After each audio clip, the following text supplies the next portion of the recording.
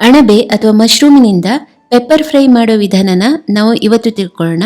ಇದನ್ನು ನಾವು ಚಪಾತಿ, ಪೂರಿ ಇದರ ಜೊತೆಗೆಲ್ಲ ಬಡಿಸ್ಬೋದು. ಅಷ್ಟೇ ಅಲ್ಲ, ಅನ್ನದ ಜೊತೆ ಕೂಡ ಇದನ್ನು ಸೈಡ್ ಡಿಶ್ ಆಗಿ ನಾವು ಬಡಿಸ್ಬೋದು.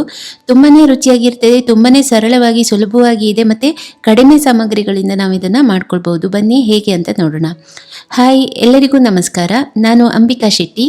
ಸವಿರುಚಿ ಕಾರ್ಯಕ್ರಮಕ್ಕೆ ನಿಮಗೆಲ್ಲರಿಗೂ ಸ್ವಾಗತ. ಮೊದಲೊಂದು ಬಾಣಲೆಗೆ 3 ದೊಡ್ಡ ಚಮಚ ಆಗುವಷ್ಟು ಎಣ್ಣೆ ಹಾಕಿದ್ದೇನೆ. ಎಣ್ಣೆ ಬಿಸಿ ಆದಮೇಲೆ 2 ದೊಡ್ಡ ಈರುಳ್ಳಿಯನ್ನು ಸಣ್ಣಗೆ ಹೆಚ್ಚಿ ಹಾಕಿದ್ದೇನೆ. ಈರುಳ್ಳಿಯನ್ನು ಚೆನ್ನಾಗಿ ಬಾಡಿಸ್ಕೊಳ್ಬೇಕು.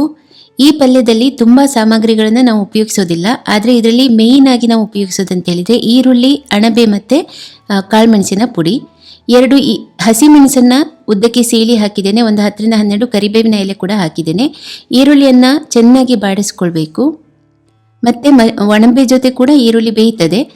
ಅಣಬೆ ನಾನು 400 ಗ್ರಾಮ್ ಆಗುವಷ್ಟು ತಗೊಂಡಿದ್ದೇನೆ. ಒಂದು ಅಣಬೆನ, ಅಂದರೆ ಇದು ಬಟನ್ ಮಶ್ರೂಮ್ ಅಂತಾರಲ್ಲ ಅದು, ಒಂದು ಅಣಬೆನ 4 ಭಾಗಗಳನ್ನಾಗಿ ಕಟ್ ಮಾಡಿ ಹಾಕಿದ್ದೇನೆ. 3/4 ಚಮಚ ಉಪ್ಪು ಹಾಕಿದ್ದೇನೆ. ಉಪ್ಪು ತುಂಬ ಹಾಕೋದು ಬೇಡ, ಯಾಕಂದರೆ ಕಾಳುಮೆಣಸು ಹಾಕಿದ ಮೇಲೆ ಕಾಳುಮೆಣಸಿನಲ್ಲಿಯೂ ಕೂಡ ಸ್ವಲ್ಪ ಉಪ್ಪಿನ ಅಂಶ ಇರ್ತದೆ. 3/4 ಚಮಚ ಉಪ್ಪು ಸಾಕಾಗ್ತದೆ. ಚೆನ್ನಾಗಿ ಇದನ್ನು ಕಲಿಸ್ಬೇಕು. ಹಳದಿ ಪುಡಿ ಹಾಕೋದು ಆಪ್ಷನಲ್ ಇಲ್ಲಿ, ಆದರೆ ನಾನೊಂದು 1/4 ಚಮಚ ಆಗುವಷ್ಟು ಹಳದಿ ಪುಡಿ ಹಾಕಿದ್ದೇನೆ. ಇಲ್ಲದಿದ್ದರೆ ಪಲ್ಯ ತುಂಬ ಕಪ್ಪಗೆ ಕಾಣ್ತದೆ ಅಂತೇಳಿ. ಇದನ್ನು ಮುಚ್ಚಳ ಮುಚ್ಚಿ ಚೆನ್ನಾಗಿ ಕಲಸಿ ಮುಚ್ಚಳ ಮುಚ್ಚಿ ಮಧ್ಯಮ ಉರಿಯಲ್ಲಿ 3 ನಿಮಿಷ ಬೇಯಿಸಬೇಕು. ಅದಾಗಿ ಅದು ನೀರು ಹೊಡಿತದೆ ಅಣಬೆಯಲ್ಲಿ. 3 ನಿಮಿಷ ನಾನೀಗ ಬೇಯಿಸಿರೋದು. ಅಣಬೆಯನ್ನು ತುಂಬ ಹೊತ್ತು ಬೇಯಿಸಿದರೆ ಅದು, ನೀವು ಎಷ್ಟೇ ಬೇಯಿಸಿದ್ರೂ ಅದು ರಬ್ಬರ್ ಥರ ಆಗ್ತದೆ ವಿನ ಚೆನ್ನಾಗಿ ಬೆಂದಿದೆ ಅಂತ ನಿಮ್ಗೆ ಅನಿಸೋದಿಲ್ಲ. 3 ನಿಮಿಷ ಬೆಂದಾದ ಮೇಲೆ ಅದಕ್ಕೆ 3/4 ಚಮಚ ಕಾಳುಮೆಣಸಿನ ಪುಡಿ ಹಾಕಿದ್ದೇನೆ. ಇದು ಮಶ್ರೂಮ್ ಪೆಪ್ಪರ್ ಫ್ರೈ ಆಗಿರೋದ್ರಿಂದ ಖಾರ ಜಾಸ್ತಿ ಇರ್ತದೆ. ಆದರೂ ಕೂಡ ನಿಮಗೆ ಖಾರ ಕಡಿಮೆ ಮಾಡಬೇಕು ಅಂತಿದ್ರೆ ನೀವು ಅರ್ಧ ಚಮಚ ಕಾಳುಮೆಣಸಿನ ಪುಡಿ ಹಾಕಿ ಕೂಡ ಮಾಡ್ಬೋದು. ಕಾಳುಮೆಣಸಿನ ಪುಡಿ ಹಾಕಿದ ಮೇಲೆ ಕಲಸಿ ಮತ್ತೆ 3 ನಿಮಿಷ ಮಧ್ಯಮ ಉರಿಯಲ್ಲಿ ಬೇಯಿಸ್ಕೊಂಡ್ರೆ ಸಾಕಾಗ್ತದೆ.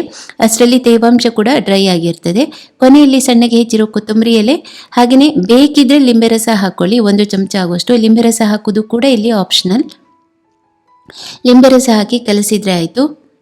ಇದಕ್ಕಿಂತ ಜಾಸ್ತಿ ಅಣಬೆನ ಬೇಯಿಸ್ಕೊಳ್ಬಾರ್ದು.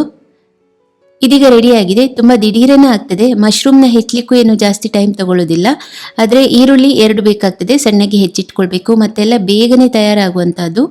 ಪ್ರಿಪ್ರೇಷನ್ಸ್ ಎಲ್ಲ ಏನು ಜಾಸ್ತಿ ಬೇಡ. ಇದನ್ನು ನೀವು ಚಪಾತಿ ಜೊತೆ ಬಡಿಸೋದಾದರೆ ಜೊತೆಯಲ್ಲಿ ಸ್ವಲ್ಪ ರಾಯ್ತ ಅಥವಾ ಮೊಸರು ಇದ್ದರೆ ಚೆನ್ನಾಗಿರ್ತದೆ. ಇದು ಸ್ವಲ್ಪ ಖಾರ ಇರೋದ್ರಿಂದ. ಅಥವಾ ಅನ್ನದ ಜೊತೆಗೂ ಕೂಡ ನೀವು ಇದನ್ನು ಸೈಡ್ ಡಿಶ್ ಆಗಿ ಬಡಿಸ್ಬೋದು. ಇವತ್ತು ತೋರಿಸಿದ ಈ ಅಡುಗೆ ವಿಧಾನ ಮಶ್ರೂಮ್ ಪೆಪ್ಪರ್ ಫ್ರೈ ನಿಮಗೆಲ್ಲ ಇಷ್ಟ ಆಗಿದೆ ಅಂತ ಭಾವಿಸ್ತೇನೆ. ಇನ್ನೊಂದು ಅಡುಗೆ ವಿಧಾನದೊಂದಿಗೆ ನಾನು ಮತ್ತೆ ಬರ್ತೇನೆ. ನಿಮ್ಮ ದಿನ ಶುಭವಾಗಿರಲಿ. ಧನ್ಯವಾದಗಳು.